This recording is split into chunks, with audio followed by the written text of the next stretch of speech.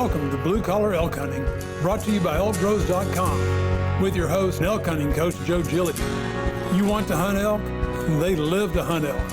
Their goal is to share with you what they have learned grinding it out for over 35 seasons, doing what they love. So come on into camp and set a spell. Welcome to Blue Collar Elk Hunters.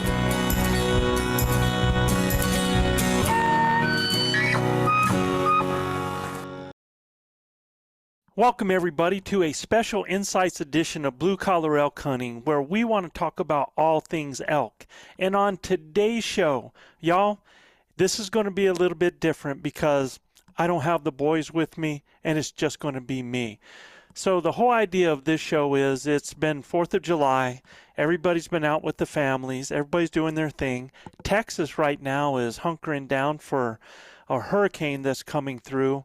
It's just one of those situations. And I thought, what a great time to have a conversation. What a great time to, just between you and me, talk about some things that maybe I can help you with for this upcoming season. A lot of different things in a lot of different ways, but mainly just going to talk about what is it, the things that I do, how I do it, why I do it, and maybe give some tips and things and some thoughts for you for this season as you're preparing to go. Because I see so many different things when I look on Instagram or I see things on the internet or the questions that I get from people. Oh, and you know, I can't wait to thank a lot of you guys when I do have the crew for some of the incredible emails that we've been getting, some of the questions we've been getting, and really things that have been touching my heart, the thanks. And you know, like I said, if any of you have any questions or if you'd like to make a comment, if you'd like to say anything about our show, you can send those directly to me at joe@elkbros.com, ELKBROS.com.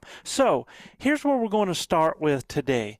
And probably the most important thing that I think to start with is calling, because everybody that's going to go out there this year, if you are going to have success this season and continued success in seasons after this one, then your number one constant, your number one thing, the number one skill set that is going to change things, that's going to be able to create encounters for you, is going to be calling. And that's what's key. Look, for you to be successful elk hunting, that means you have to create encounters. And like I tell people, there are a few ways to create encounters. Actually, I think of them as in 3 ways. One, you stumble into one.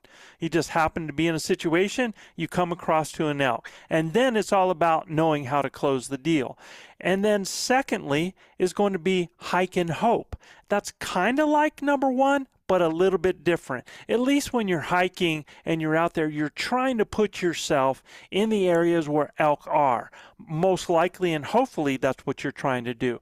And since you are in their environment, you know, then you can have an encounter with one. And the way that I really, and what has been the reason for my successes, is because I don't like just hoping for an encounter. I don't want to do a lot of hiking and hope for that moment where our paths are going to cross, because really that's what you're trying to do. You're trying to get in that environment and in the right place at the right time have your paths cross. The third would be creating those encounters, and you do that through calling. And I'm going to talk about how I do that in calling here just a little bit more in depth. And those of you that have followed us and have listened to us, you've probably heard exactly some of the things that I like to do, but I'm going to reach into it just hopefully a little bit deeper. And what I want to do is actually help you with some of your calling, some of the things that as I work with athletes every year, as I work with those people in Hunt Wars, as I work with people that we coach, I come across those things, the issues that they have in their calling, that we're going to try to help you with right now, so that as you're practicing, you can practice a little bit better. But I want to go back to the whole hike and hope thing, because look, it's no different than I do. That when you are actually putting yourself where elk should be, that is a that is definitely a skill set, or that's definitely a strategy that you want to do. And what I always tell people, if they're trying to find elk, you want to reverse engineer. You actually want to find where elk are going to feed and drink, where elk are going to bed, or to control their thermal regulation, or to have that security. And you're trying to find those areas in between and reverse engineer from one to the other, so you get used to understanding how those animals are using a particular area that you're in. The only problem with that is, if you are, for example, you're locating elk trails, and that is a huge skill set to utilize, man. That's a strategy to utilize, where you want to get on those trails, you want to follow those trails, you want to find that fresh track, you want to find where they're going, what features are they using, what saddles are they going through, what knuckle area are they passing over to get from one place to the other, what ridges are they running, what benches are they bedding, and why are they in those areas? Where is the nearest food source? What food sources are they going to? Are there any kind of funnels that will funnel them into a tight area as they're going to those food sources? Where is it that they like to come out into those food sources because it's a little bit more hidden, it's a little bit more tight, they can see a little bit better, they can pick up the thermals, all of these things that you think about when you're doing that. Yes, that is exactly a strategy that you should be using. The only problem with that is, and if you think about how most people hunt elk, and I see it even with some of our own crew, even with myself sometimes, it's like, okay, I want to go out, I want to throw out a location bugle or a cow call, whatever you're going to do to try to get a response. And if you don't get one, it's like, okay, we move on. And if you never get a response from an elk, to you, there is no elk in the country, when that is not the case. The problem is we're expecting a verbal response. And we're expecting a verbal response that's really a bugle, man, that they are screaming, that we can hear them, and they're going to give away their position. We can move in, we can cut the distance, all those things that I teach you to do. The only problem with that is that you've just limited yourself. You're not really able to hunt an elk unless that elk is being extremely loud and verbal. They can be verbal in a lot of other ways. They can respond in a lot of other ways. But that's why I try to teach people. If you develop the skill sets to kill silent elk, then you can kill any elk. Because the bull that responds, and the bull that starts coming into you, and the bull that screams, or the bull that starts challenging you, the one that gets temperamental, that really starts to escalate, those are the easies, man. And as long as you know how to close that at the end, and you're efficient in that part of what you're doing, then you should have an encounter where you have the opportunity to punch your tag. But what if they're not doing that? Are you going to get frustrated? Are you going to feel like there's no elk in the country? Because a lot of the places that we hunt, we're limited. I mean, from one side of our unit to the other side might only be 15 miles, right? From the top to the bottom on there, if you take a look at it, it might even be tighter than that. And we're limited to that area. So if we're doing that and we're going through and we're not getting in responses, do we quit? Do we give up? That's not the option, man. So the thing that I'm trying to tell you is, it's kind of like this. There are elk in that country, but it's like when I go into Walmart with my wife, and if you've heard me say this a lot of times, especially if you're in thicker country. Shoot, y'all, you can be on an elk trail, and you can be calling, you can blow out a bugle, and there can be a bull, or there can be cows, or there can be multiple elk that are only 200 yards away from you. Only 200 yards. But because of the terrain, because of the thickness, and sometimes because you're not listening for the type of response they give, it's like they're not there because they're screened, and you continue to move, and they're probably listening. They've heard you do the call, and they're probably listening to see what's happening next. What is, you were just a bull that just screamed a location bugle. Are you going to give another one? Are there any cows with that bull? They're listening to find out what's going on there. They might even have given a low, maybe a mew, to let you know that they're. Maybe they started raking a tree to let you know that they were there. Maybe they just did a single little growl, a grunt, or a chuckle to let you know they were there. But that's not what you're listening for. And sometimes you don't even catch that sound when they do that. But that was a response. It's just like I said, me trying to find my wife in Walmart. So think of it this way. She's in aisle 2. I'm in aisle 1. Only 6 feet divide us. Just 6 feet. But I can't see her because the terrain, which is the aisle that's in between us, is blocking my view. Just like the terrain or the vegetation blocks that when you're out in the woods, right? So as I walk, and I'm walking, she might be walking as well, and by the time I get to aisle 2, she's in aisle 3. We could do this game all through the doggone store, and because I don't see her, she doesn't exist. She is not in the store, y'all. But she absolutely is in there, just like those elk are there. But you could be 100 yards, you could be 80 yards, and just depending on the thickness and how open it is, or it could even be that animal saw you and you never saw it. I've often told buddies of mine, I wonder how many elk we have walked by that I have never seen that saw us. Right? So the difference is if I'm in that store and I'm not finding my wife and I really want to find her, all I got to do is yell her name out. I guarantee you she'll come in. So that's the whole idea of my style of calling, of creating encounters, is that I want to be utilizing and doing elk noises, not just a location bugle. That is part of what I do, but it's not everything that I do. I actually work the woods a lot like somebody works a river, a fly fisherman, right? A fly fisherman goes through and works a river, and what that person does is he tries to find those eddies, or he tries to find those channels.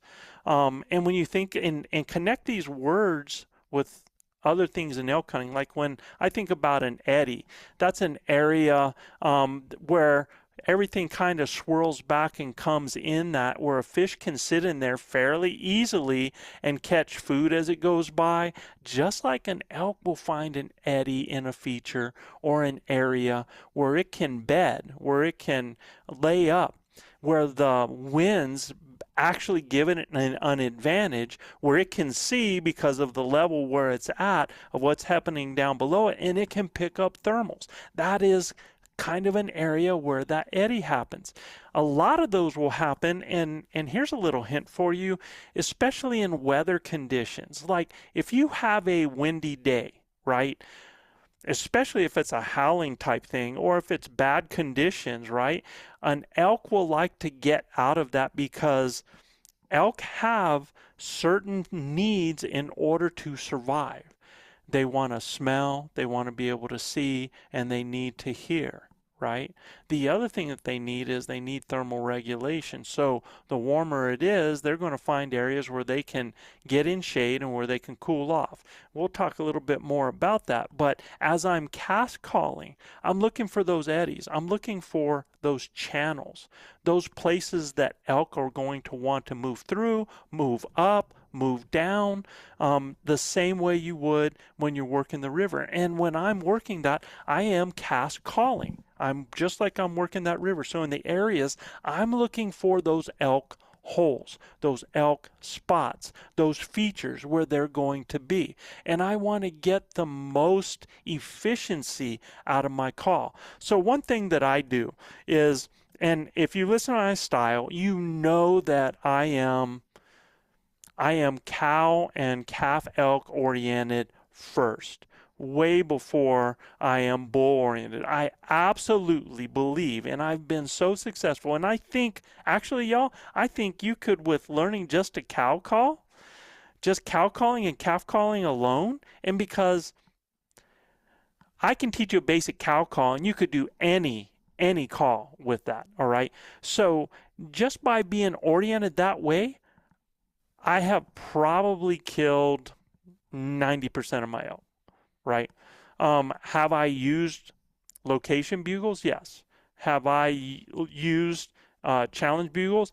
At times. Only when an elk actually escalated to that point and required that I get to that point. But he told me where he was with it because he started doing it. And once he starts doing it, then it's just bully, man. I'm not going to put up with it. I smack him in the face, make him upset, let him come in to meet. Again, that's the easy. But just by a lot of cow calling, I'm able to do the things, or mews, right? Mews are not always just cows. Early season, a mew can absolutely be a bull. And I use other sounds as well. But I'm oriented towards those cow sounds and low vocalizations. That is not the same rodeo. All right. So when I talk about cow calling, just remember, I get into a situation, especially if it's dark, we can't really see the terrain other than by looking at Onyx. That gives us an idea where we're at. And people are like, well, do you start down low? Do you start out high? For me, I like to be up high if possible. I want to be able to be someplace where my call is going to get the most value. If that means I'm on top of a ridge and there's too much wind, I'm going to drop off on the side where it's breaking some of that and the wind situation changes and I'm able to bounce in areas. I like to call over areas. Again, I like to find the eddies, the channels, and those little features where elk want to be, right? I like being up above because I can send those calls out, and it seems like early mornings that their calls back to me are really going to come in, man. They're going to carry farther like that, especially in that early morning air. So how do I cast? The way I cast is I'm going to use my cow call first, and it's just going to be, and it's not always a single. Sometimes I add, just for realization, it's going to be like this.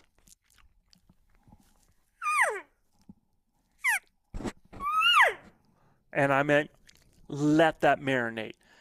Now I've just given a scenario. And look, y'all, anytime you are calling, you are creating a scenario. You are painting a picture. And you have to remember that. You have to think like that. So the scenario I just painted was, I'm more than one cow, possibly 2, 3 cows that just talked, communicated with each other, right? And I listen from there.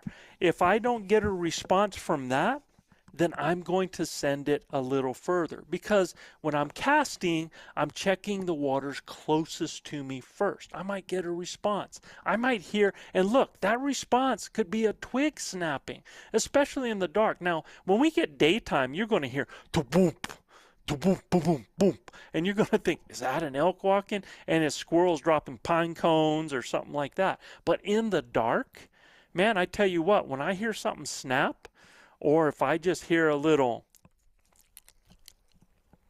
if I hear just that, I know that I have a bull that's responding back, I'm here.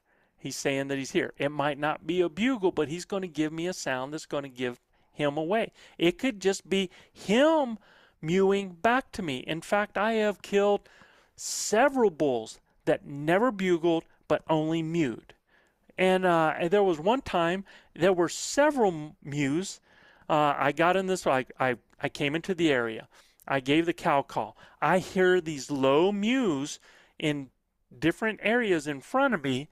And then I wait, and I'm waiting for it to get daylight. I'm hitting the gray light. I find an area, a little clearing inside there. Little clearing, not big clearing. It's a little clearing. Still has trees in it. I can see through it. And always, y'all, I always, and I'm sorry, I'm not trying to step on anybody's toes, but as a solo hunter, I use a flexible tube. This is my tube of choice. This is my game changer for me, because when I get in that situation and I'm in that little meadow that's right there, and it's starting to get gray light, and I have to be patient because I know that they're in the area. They heard me, I heard them. I know they're there. I know that they're alert to that. I don't want to get them coming in too soon before legal shooting light, before I don't have that, so I'm being patient. I get myself in, I get up on the edge of this small clearing, but that clearing has pine trees in the middle of it, but I can see what's going on. It's a great cover situation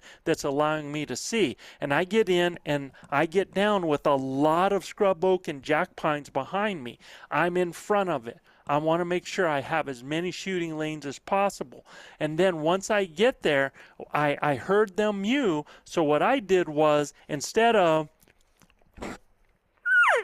like this towards them, that's a mistake. Because now I've given my present position, or that in fact I'm a little bit ahead of me. So what I did was I took it one time and I hear the response, and then I see them coming. 3 bulls together. 3 bulls, that's what have mewed in the different places like that.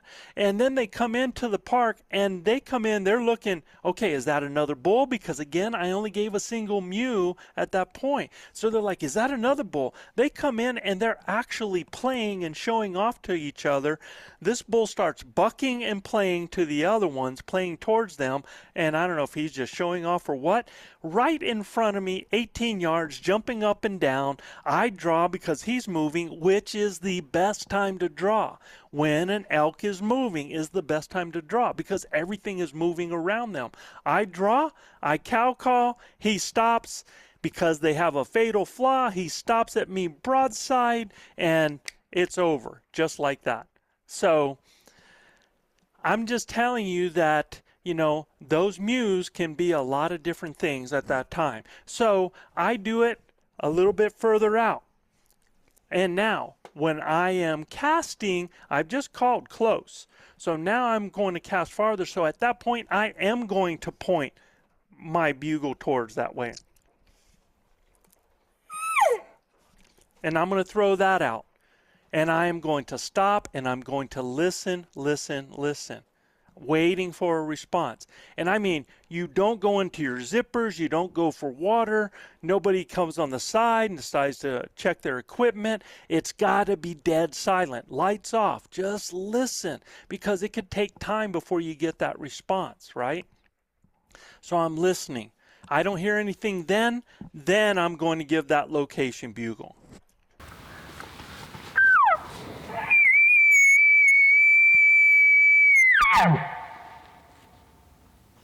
I'm going to give that location bugle at that time. And again, now I'm going to stop and listen. Okay? Now, so what about from there? Everybody's like, well, what do you do from there? Well, as long as I can't see, I am now not going to move and cow call as I'm moving at that point. I'm just going to take my time. I'm going to move, and I'm going to listen as I'm moving, because I still might get a response, or I might hear another elk in the dark. And then when I get to a new point, that's when I'm now going to try a different cast. I'm going to cast for efficiency. So people are like, well, how do you know when to do that? Well, it depends, man.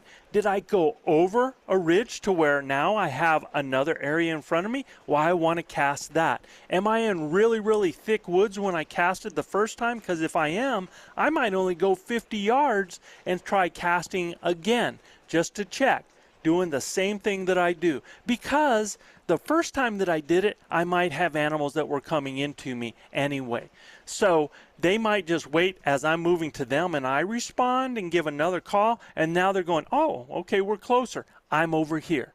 Okay, so that's what I mean by casting and working, looking for the eddies, looking for the currents. I mean, if I know that animals at night want to be down in feed areas, so I want to cast my calls towards those feed areas, over those feed areas, and make sure that I'm listening for a response there.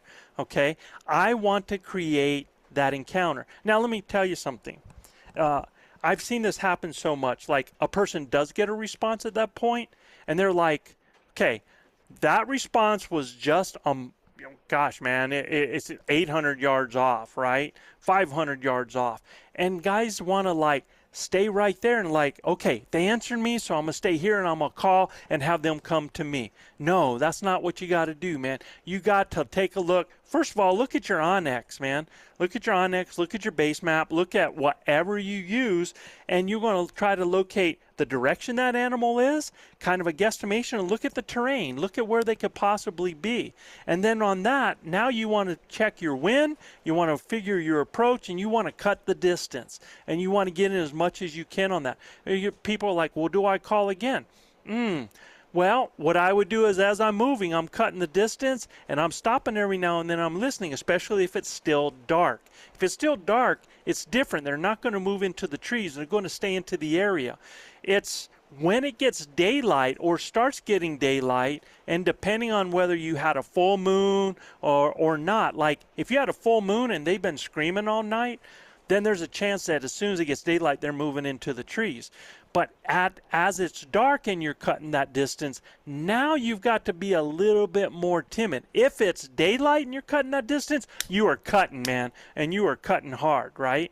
You just want to get up to that and make some of that up. And you are still listening as you're going, but you want to try to cut that distance, especially if I think it's 800 yards. Man, I want to cut that down. I want to get in 200 yards if I can, right?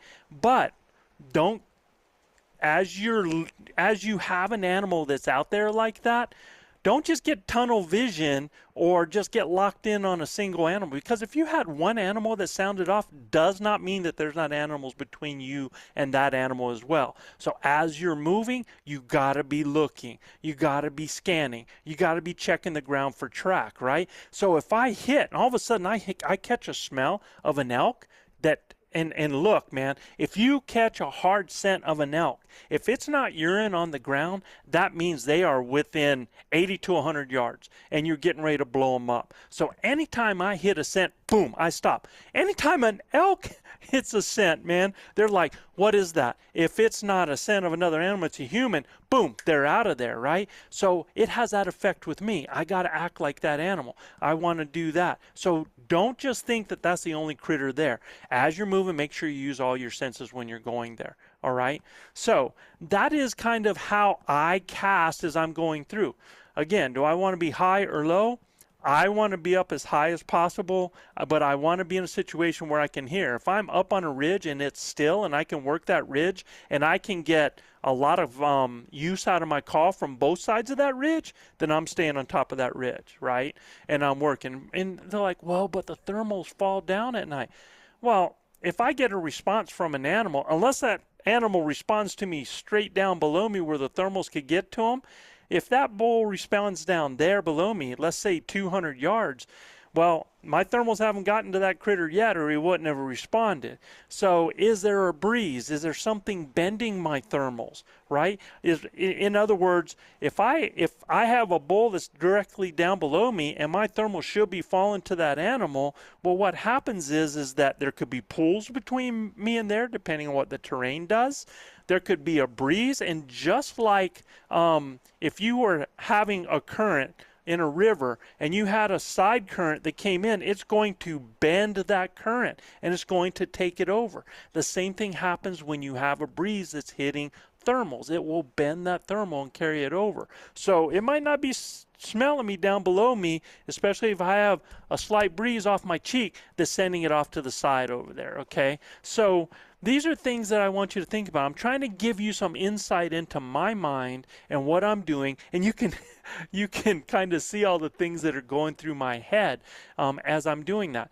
And now, if it's daylight and it's early morning, and let's say a bull does sound off, and he sounds off 200 yards. He is below me, but he's 200 yards up ahead of me. I've got a good wind, all right? Even if it's dead, I have a good thermal. So what I want to do at that point is I have to realize that most likely that bull is going to start coming up, right? So I am going to drop off a little bit. I don't want to stay up on top of that ridge. I'm going to go off a little bit. If that bull is constantly talking himself, then I don't need to call. Look, y'all, I love to call, but there's times when I don't need to, especially if that bull is sounding off. Their behavior set. Look, their behavior set is this. It's not the bull that controls anything. Now, he can hook and push and put urgency in a situation, but he doesn't determine where they bed. He doesn't determine where they eat. He doesn't even determine who he gets to breed with. He can only let other bulls know that he is the strongest, biggest, baddest bull out there and fight them off, but he still has to be accepted by that cow to breed. That cow determines who she breeds with. That's why bulls go through what they do to demonstrate who's the better age class, who's the bigger, who's the stronger, because that cow wants to sire a strong calf that can survive the winter and all the difficulties that calf is going to go through. So she wants the biggest, best, baddest bull she can, right? So when you think about things that are happening, like when a bull is bugling, let's say through the night, right?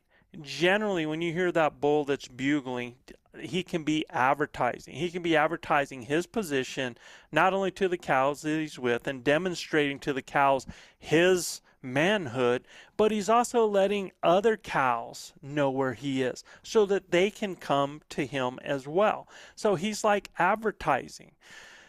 As the daylight starts to come up and the cows decide they're going to go to bed, and once they hit the trees, now it's difficult for elk to see each other because elk are visual animals first and foremost.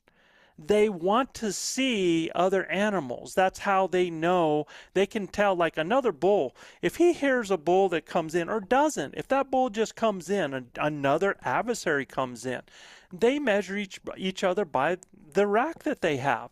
I've seen bulls just lay their horns back and just walk like that just to intimidate another bull, in which they can intimidate. It's kind of like a guy showing the guns, right? Okay, it's all about intimidation, right? So he's just trying to visually do that. Elk want to verify visually first, just like we do. If we hear a sound, earlier today, me and my wife are sitting on the back porch. We hear this big scratching noise. We don't know what it is.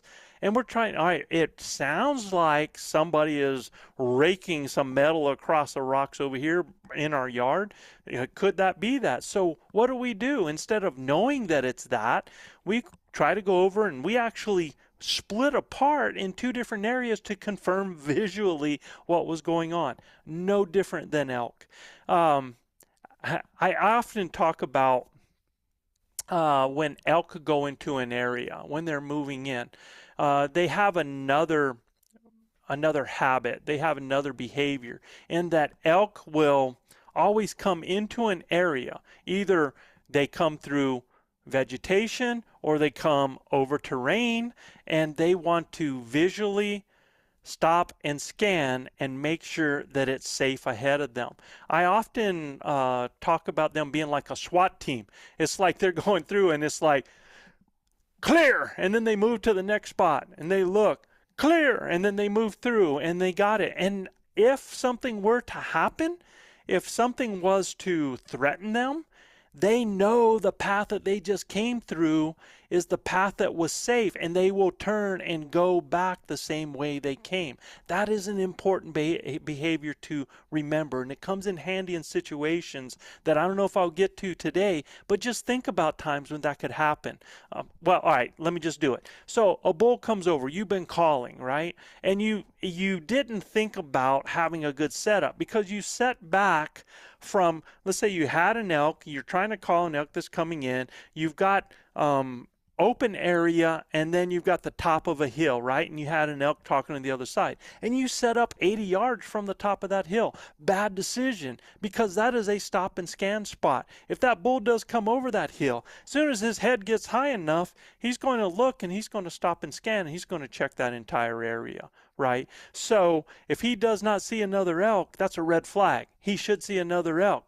And if he doesn't see it, it could be because, maybe that elk is someplace in here because he couldn't really peg it from the other side of the hill. And he's like, and he might even now walk over and come down. He might even chuckle. And if he chuckles, that's an invitation to show yourself. He might even bark chuckle. He might even bark chuckle like that. That's show yourself and come to me, right? He's like, I'm right here. But of course, you're down here 80 yards. You can't talk now, especially if you don't have a tube like this. You can't call like this. You can't move the tube. He'll see you if you're using a big tube, and now you're going to get pegged. So you got to just shut up and sit there and hope he comes in. And what does he do? He gets bored, turns, and he walks in and goes over the hill to the other side. Y'all, in that case, understand that bull has already come to a point that he considers safe.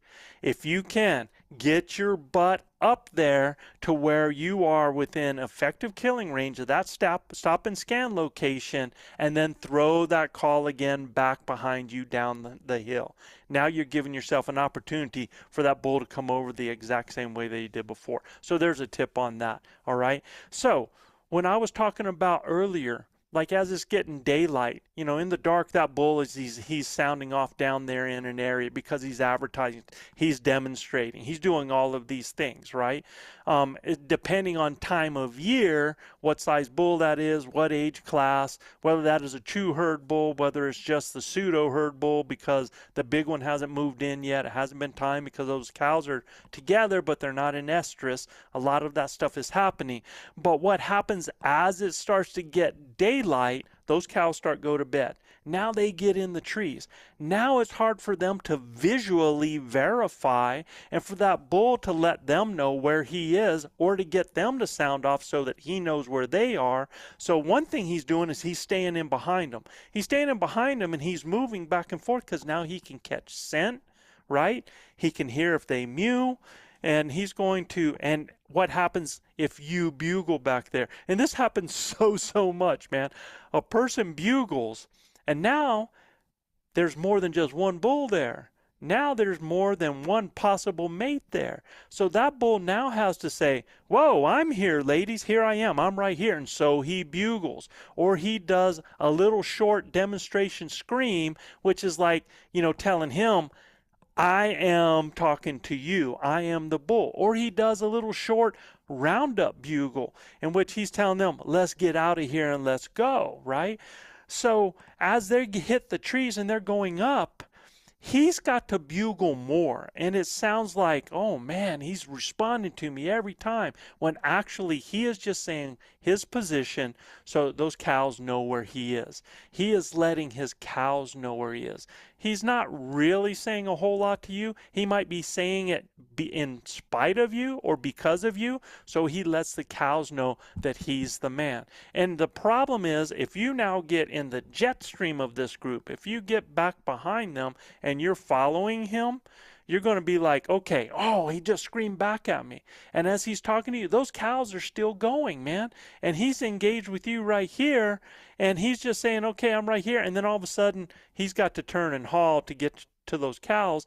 And the next time you hear him, he's 300, 400 yards away. And you think he's running from you when he's not. Okay, never travel in that jet stream if at all possible. What you want to do is try to get up on the parallel and actually move past that bull if possible. Don't really worry about him that much. He is moving to follow those cows. If you can get the general direction of the direction they are, then you want to go in that direction. You want to get as close to those cows as possible because those cows are your ticket.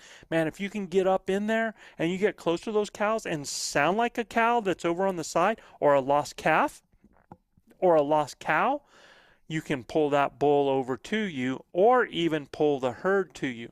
There's a lot of different strategies I use with that. We can talk about more in another time, but that's just a general strategy. The one thing I want to get the point across to you guys is this, is that you don't want to hunt for bugles. You want to hunt for encounters.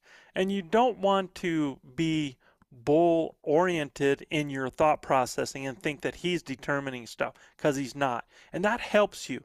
That helps you a ton, because even in that early season, if you're able to find cows and you can find the area that the cows are frequenting, but there's no bull with them, don't worry. It's just like the field of dreams.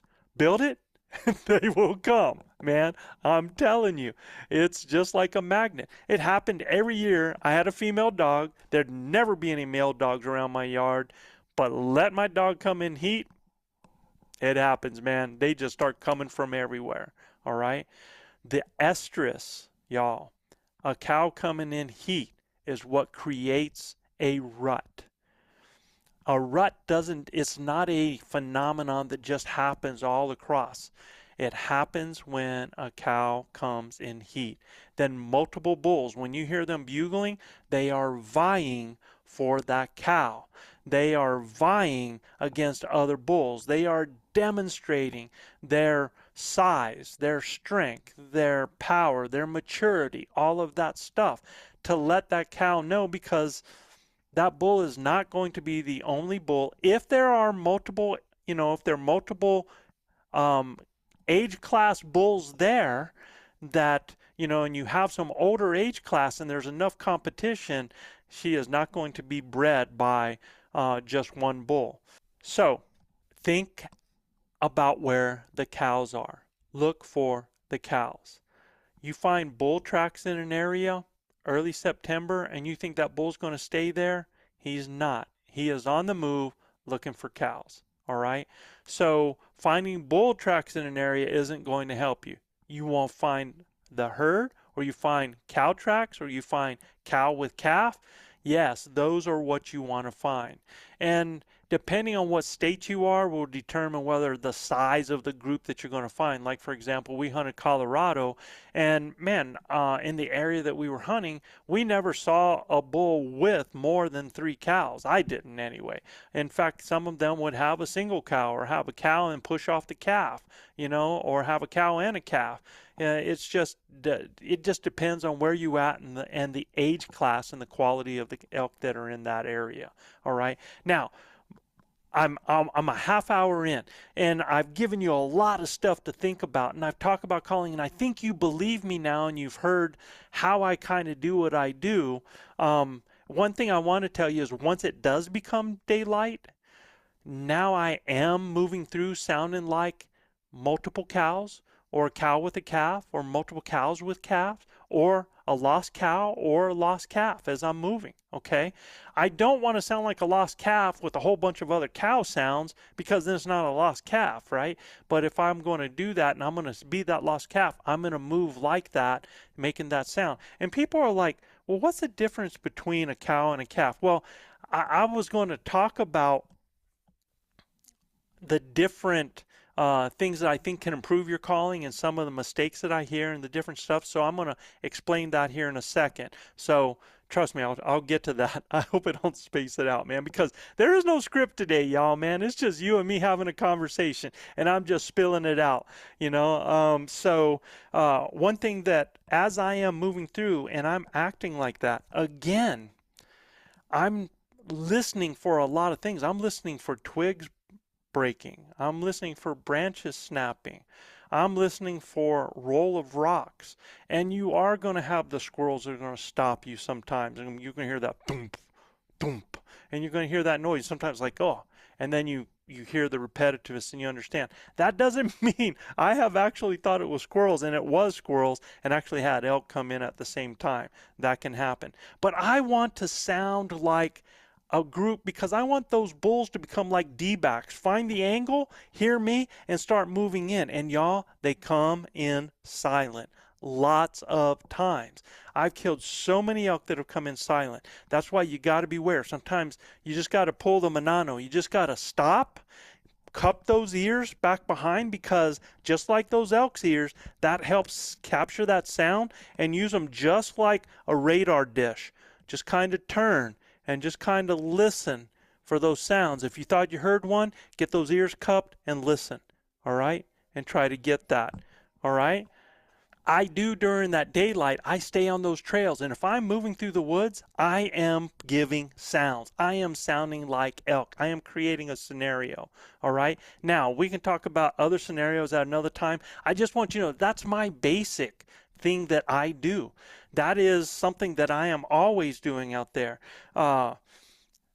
I think that when I move through sounding like a herd, it sells way more and it pulls less hunters to me as well. So I've had so many elk that I've come in at that time, and I listen and I hear and I bring them in that way. Okay, so now let's talk about some of those things that I want to help you with on some of your sounds. Here's one of the things that I see most, the most mistakes that I see on guys when they're doing their calling. They want to involve the lips. So they're like,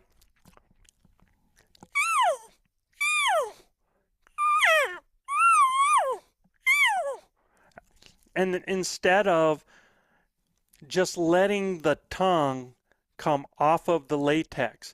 So understand that when you have that latex, it is the distance of your tongue, and I'm using the flat part of my tongue. How do I find the best part of my tongue that I call with? I just put this up in the roof of my mouth and I say, wish, wish, wish. Don't try to force it. Let it be natural. In fact, try to have a conversation. Sally wished that she had something special. You can see what happens. I automatically get that tongue position. And once I get that, that's the sound that I want. That's the location that I want. And it's my pressure that as I flex my tongue up towards that latex, as I get it closer to that latex, that is going to create that sound. In fact, I don't even have to have my tongue close to that latex to create a sound.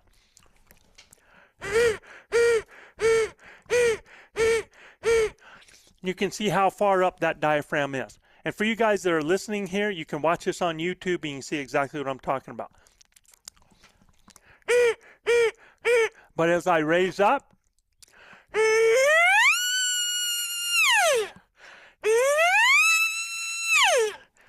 okay? And remember this, a bugle and a cow call are directly, they're just one and the same. They're just the yin and the yang. When I go to do a bugle, I'm going from low to high. When I'm doing a cow call, I'm going from high to low.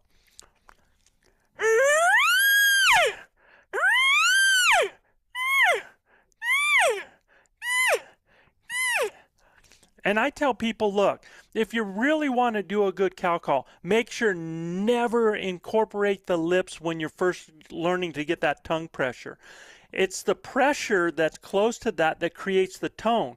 It creates a back pressure as well. As I lower off of it, I lose my air, my back pressure, and I get a lower tone.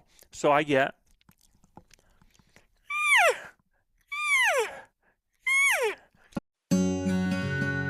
If you like what you hear or see, you can get all of this information plus so much more from our Base Camp Elk Hunting Training Camp. This course will be like nothing you have ever experienced in concept and structure, using success-based coaching techniques that will elevate your confidence and skill sets, allowing you to see, visualize, understand, and relate every coaching point to what lies ahead, the next step, the next thought process, the next success.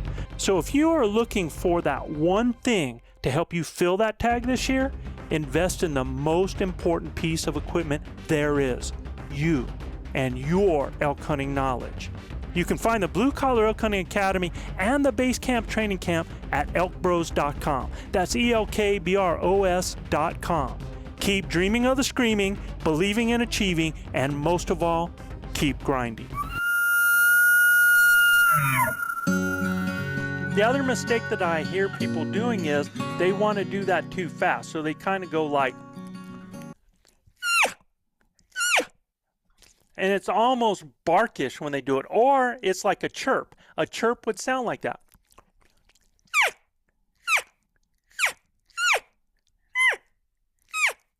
That would be a chirp. But for a mew, I have a friend that's a pilot that I'm teaching to call. And I tell him it's just like flying the jet, man.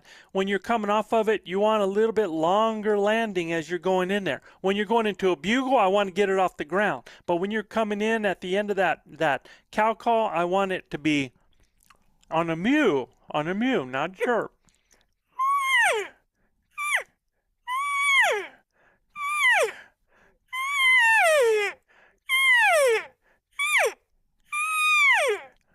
Okay? So that's where I want you to learn not to just go or and sound like a cat, man. Cows keep their mouth open when they do that. Learn to do that. Now, later on, if you want to make it quieter, yes, you can incorporate the lips. You can parse them to make something like gives it a different sound, but I'm not using the lips to create the sound.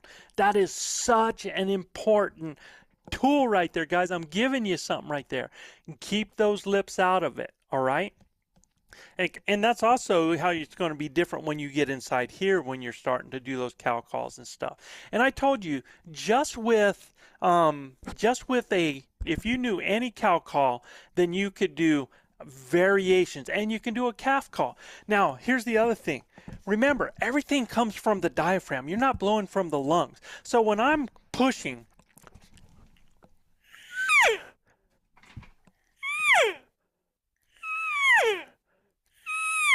you can see it. All right, now here's the difference with a calf. It's just a short push. I already have my tongue in that same position that I'm doing for the mew, but it's just a little bit closer, and I just do a little sharp.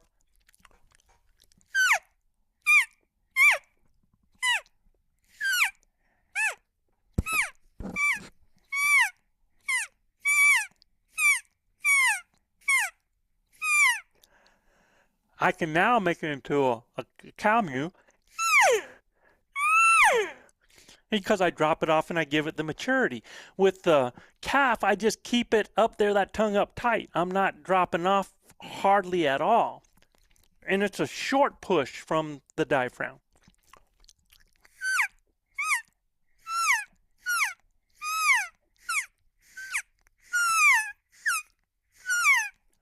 That's how you get that calf call. And when you hear about a lost calf, they do it repetitive like that. Yeah, yeah, yeah, yeah, yeah, yeah. That's that calf. That's how, when it's doing it repetitive, that's that lost calf that you hear us talking about all the time. So there's a nugget for you right there. Diaphragm, pressure to the latex. Pressure to the latex, dropping the jaw. If you, do never clench your teeth. All right, because it gives you no room. And I see a lot of guys do that, or they just really try to, open the mouth, let that mouth be open, get that tongue up there, and just drop the jaw and let that sound come out.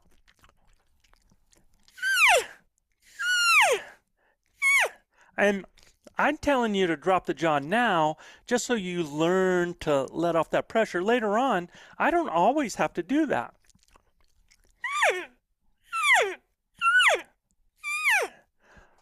I do it a lot. I don't always have to do it. Okay? And you learn to get variants of that. Now, here's the other thing. A lot of people, we talk about hoochie mamas, right?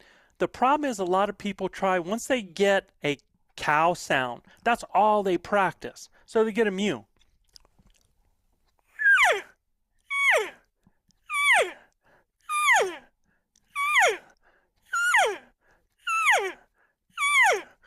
Repetitive, the same, no difference. So if you're going to give something that is going to be more than one or different elk, or give the sound of more realism, there's the ways that you do that is with volume, rhythm, cadence, and direction.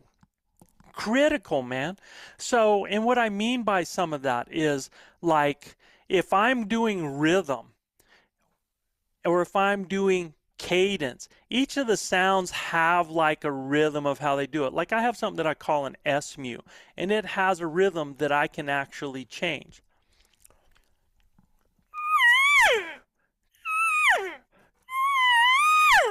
You can hear it changing. Going a little longer, a little shorter, so I'm changing that rhythm to that. Cadence is like the time between that I'm doing the things, right? It's almost like the cadence on drumming, so it could be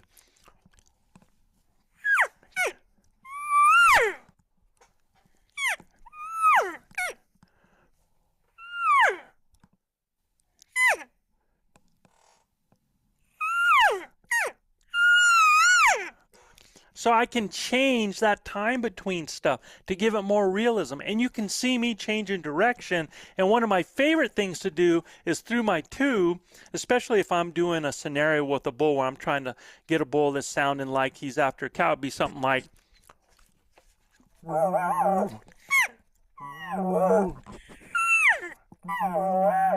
I'll just put my mouth to the side and come back to the tube. I can even do that with cow call.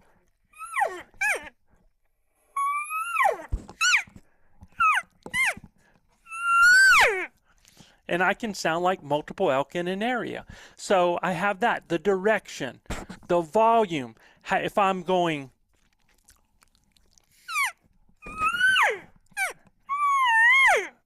you can hear different volumes when I do that. That's how I add realism. So when you're practicing your cow calls and your calf calls, you don't just practice the sound. You practice making different sounds, making them longer, making them shorter, making them louder, making them quieter, making different spaces between them when you're doing them in different directions, okay? You practice that stuff, and that's how you're going to get your realism when you're making your calls. One last thing that I hear a lot of people doing when they're doing their bugles is, and it just depends on your skill set. There's ways that, like I got buddies, man, that they can do a nice slow tone going up. But understand, the further away your tongue is from your latex, the more air you're using. In other words, if you spend a lot of time on the bottom with growls and deeper sounds, you're losing more air. The more you get close to that and you get to that higher pitch, then you can hold that tone for doggone forever, man. So it's kind of like, I tell guys, you don't want to be going,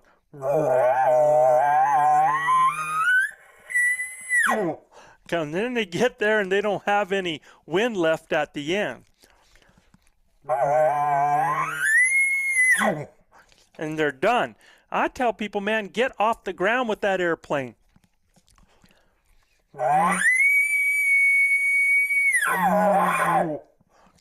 And then I give them something at the end. I don't worry about the front as much unless now once I'm engaged and if we're having to do something in a scenario and that bull's coming into me and he's listening to me, but especially with location bugles. I really think that those bulls are going to hear the pitch and the end more than anything, because most of the time they're doing something, they're walking, they're eating, they might be better where they hear it, and that might be better, but a lot of times it's like us. We hear something when somebody's saying something, we don't hear the front end of the conversation. We just catch it in the middle and at the end. So that's just another little tip for you right there. So what I'm going to do right now is I'm going to give you some other tips beyond just the calling, because I know some of you are getting ready for your season. And I want you to think about this, because a lot of people do some things that I think are unnecessary for them. Like, for example, unless you are actually hunting, camping off your back, where you're moving with the animals or you're moving into a wilderness and you have camp on your back, or if you're in a spike out situation, unless you're doing those, I think that you're better off with a day pack. That's all you need, because it's so much more liberating in your movement. I mean, it don't look as cool. Like you see all these guys with the big old packs and stuff, and it's like, well, if I get an animal, I've got something to help me get part of that out. If you're solo, yes, that is true, but it depends on how deep and how far you're going. If I'm going 3 miles, 4 miles in, again, and I'm wanting everything on my back so I can stay in an area, well, that calls for it. But if you're going from your truck and you're going max a mile and a half to 2 miles, man, I can work an animal, get it up, get my gear back to where my vehicle is, get the other stuff that I need, bring my packing pack and haul that up there. And all I got to deal with now is the meat, and I have everything that I need for that. So to me, a day pack is so much tighter. You're going to make less noise if need be. It has a smaller footprint on you. It's so liberating with your movement. It keeps you from packing as much, but yet you can have everything that you want in that. It's just easier for you to control what's on your body and help you be more efficient in the killing. And make sure that that day pack or any pack that you have, when you are drawing, that there is no noise in that shoulder area on the draw. Okay, make sure that you're testing all that out. I want you to be as quiet and as efficient on the draw as possible. So that's just one thing that I would tell you as far as gear thoughts. The other one is, when it comes to elk, y'all, I've been involved in, I don't know, 1,000 elk killed. I've seen elk wounded. And I will tell you this. I highly recommend a solid fixed blade broadhead over a mechanical any day of the week and twice on Sunday. I've seen way too many wounds with the mechanical. I'm not saying that people don't kill them with them. I'm not saying that. Again, I try to mitigate any failure point, and I see that as a failure point, a possible failure point. So man, I'm just telling you, fixed blade is the way to go. In fact, I guide on ranches that have banned mechanicals on there because we have the data back behind it to eliminate the fact that, you know, that's where we get most of our wounds, and we want to eliminate that. Okay, so rangefinders. Two things about rangefinders. Don't be overly dependent on one. Train, drill, and know 30 yards in and what that looks like, and ready to be able to shoot that. I mean, when you're out there and you're in your situation practicing, I do a thing called tossbacks. So what I'll do is I'll pull them from the target, and as I'm walking, I'm just throwing arrows. Throw, throw, throw. Right? And then I walk out to the furthest one, I pick it up, I look at the target, and I shoot it. All right? That way you start training yourself to be able to judge those distances. If you know what 20 looks like and you have that down, you can know what 20 looks like and then know what looks like after that. If you're good enough and you can get it to 40, that's great. Because in those tight situations like that, sometimes you have oh crap moments and you don't have time. And people are burning time and a situation of rather getting ready to where they can kill an animal trying to get a range. And I know there's times when you get someplace and you know you got a bull that's coming, yeah, now you can range a tree or rock and different things so that you know where it's at. But I'm talking about those situations where, like I said, you're there calling, like using my system where I'm cow calling, calf calling, and all of a sudden an elk shows up. Now, man, it's done. I mean, you are putting an arrow on and you're going to have to shoot it, or you're going to lose that opportunity. And elk hunting's about opportunities, y'all. So get and train and drill so that you can shoot. You know what 30 yards in looks like, all right?